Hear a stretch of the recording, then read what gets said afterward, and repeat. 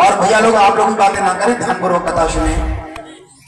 बताया जाता है जिस समय त्रेता युग में भगवान राम का अवतार हुआ, तो जब भगवान राम का अवतार हो गया अयोध्या नगरी में, तो भगवान श्री सुखदेव जी कहते राजन परीक्षित जरा कथा को थोड़ा समझ ले आप लोग। बताया जाता है एक बार की बात है, भगवान शिव और माता सती कैलाश पर्वत पर बैठे हैं और भगवान शिव कैलाश पर्वत पर बैठे बैठे आप देख रहे हैं क्या कि मेरे राम का अवतार हो चुका है।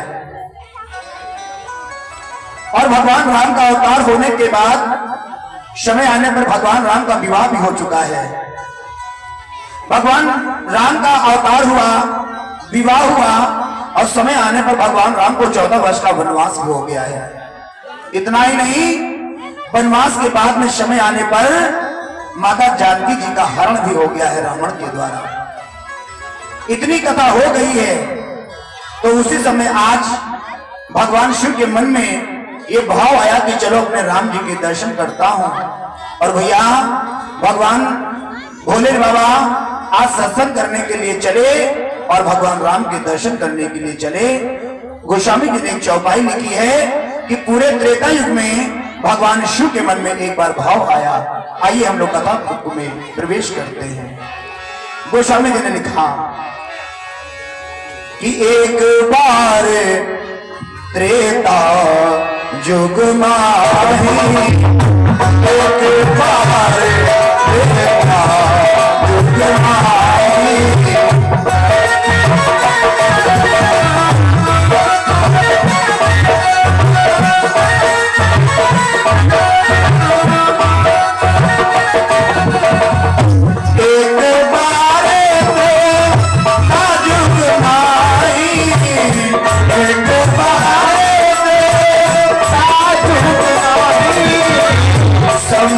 माही,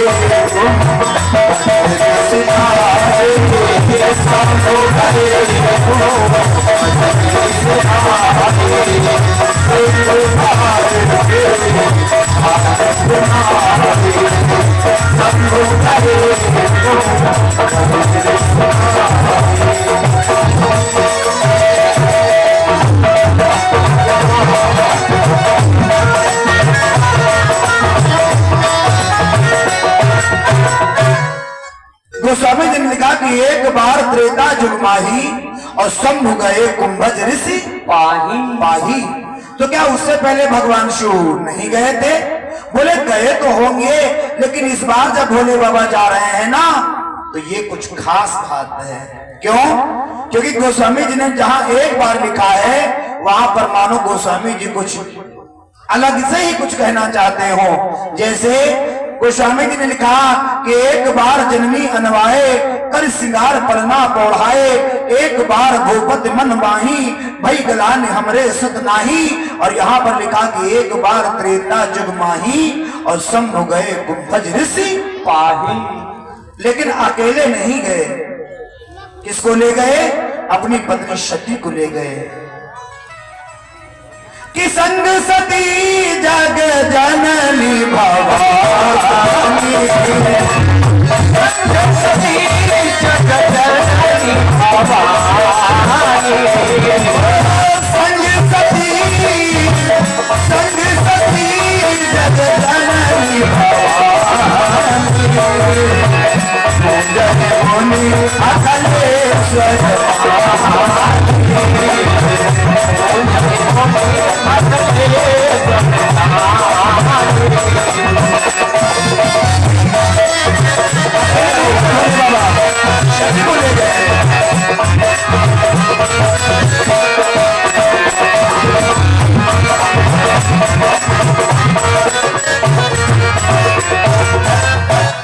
भोले बाबा अकेले नहीं गए सत्संग करने। माताओं उधर बातें बहुत हो रही दो चार लोगों की। क्या बात है? सारी बातें आज कर डालोगी क्या? थोड़ी बातें बचा लो, अभी 4 दिन बाकी हैं। अच्छा, कुछ माता कहते होंगी महाराज जी आपको मैं थैंक यू देना चाहूंगी क्योंकि आपके सहारे कम से कम मेरी सहेली तो मिल गई भागवत कथा में। हाँ भैया, कोई गांव के इस कोने में रहता, कोई गांव के उस कोने में रहता, लेकिन धन्य हो भागवत भगवान, कम से कम भागवत के सहारे बातें तो करे मिल जाते हैं। मैं दरिया और बदला ले हो, कोई दिक्कत परेशानी हमका ना ही, लेकिन जब हम बताए तब बदलाओ, हम बदलाव का मौका देवे बसर खूब इसके बातें कर ली हो, और जब बातें करके पेट भर जाए तब हमने बताए तो कथा सुनी पे। जय जय बोले सच्चिदानंद भगवान की जय हो। भगवान शिव माता सती को साथ में ले गए। क्यों?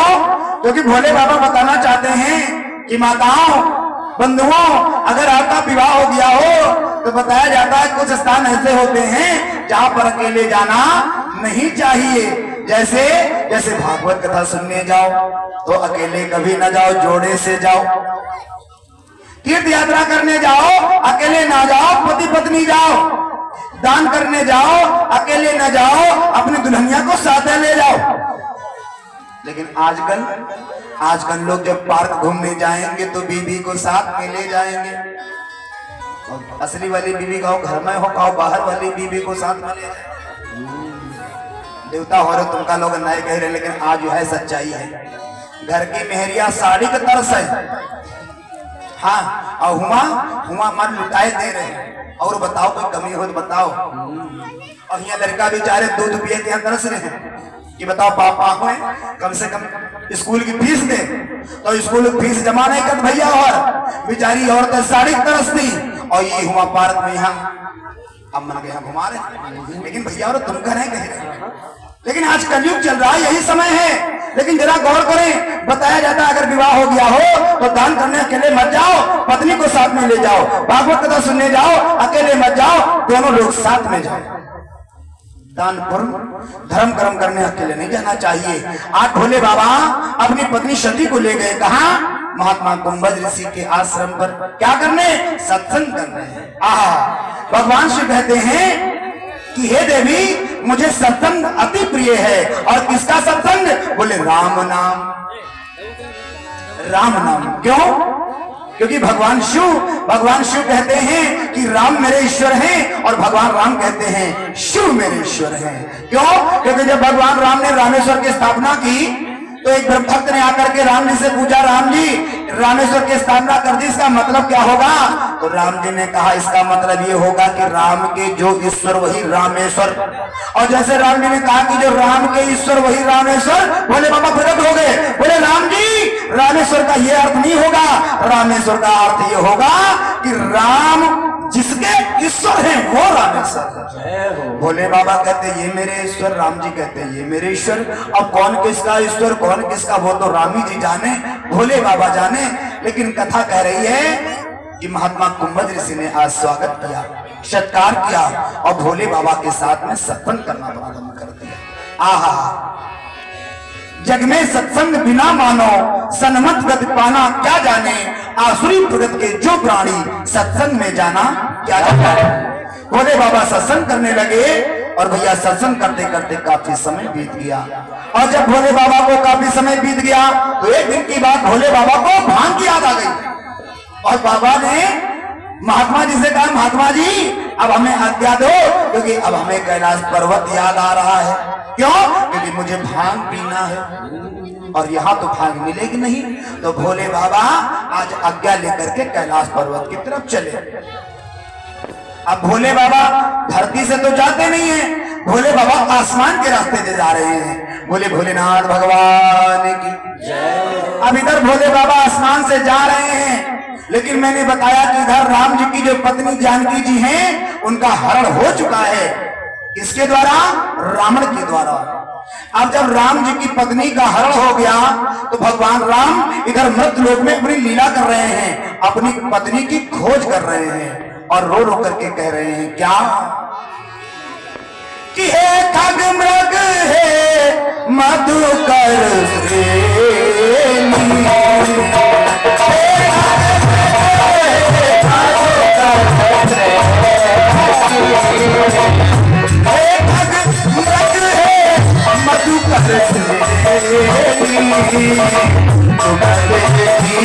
सीता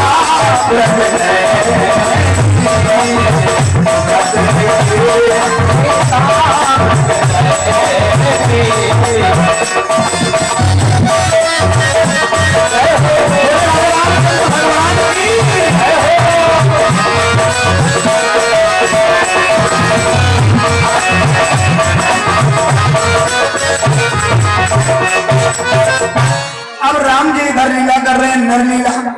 अपनी पत्नी की खोज में दर दर भटक रहे और कह रहे, हे खगमृग, हे मधुकर श्रेणी, तुम देखी सीता मृग नहीं। भगवान राम रोते हैं, उठते हैं और कहते हैं, अरे पक्षी हो, अरे क्या तुमने मेरी जानकी को देखा है? अरे हिरणों, मेरी सीता को देखा है जिसके नैन मृग समान हैं? अगर मेरी सीता को देखा हो तो उसका पता बता दो। और भैया राम जी लीला कर ही रहे थे, उसी समय भोले बाबा की दृष्टि मृतलोक में पड़ गई। ओहो, जैसे ही भोले बाबा ने मृतलोक में देखा कि मेरे राम लीला कर रहे हैं, तो भोले बाबा से रहा ना गया और भोले बाबा वहीं से गुणगान वाद करने लगे, कीर्तन करने लगे और जय जयकार करने लगे। क्या बोले कि हे राम तुम्हारी जय हो, हे राम तुम्हारी जय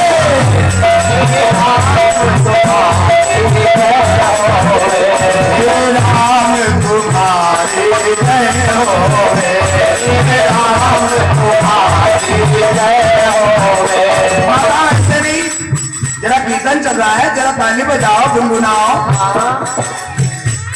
हे राम तुम्हारी जय हो, हे राम तुम्हारी जय हो, ओ भगवान, ओ भगवान तुम्हारी जय हो, भगवान तुम्हारी जय हो, तुम्हारी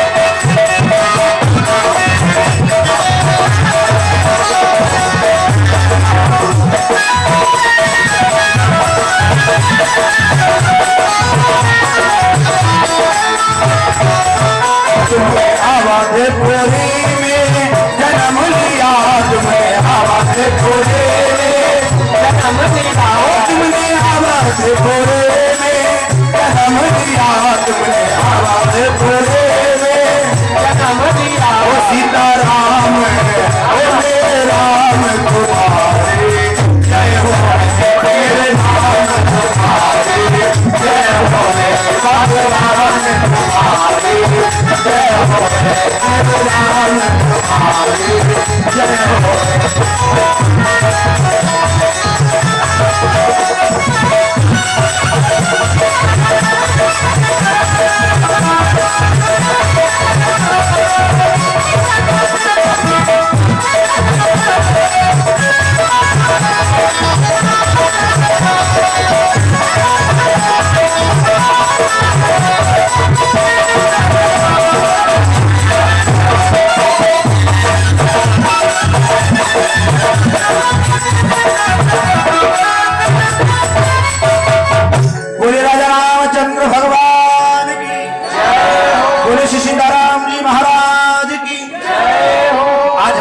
बाबा से रहा ना गया।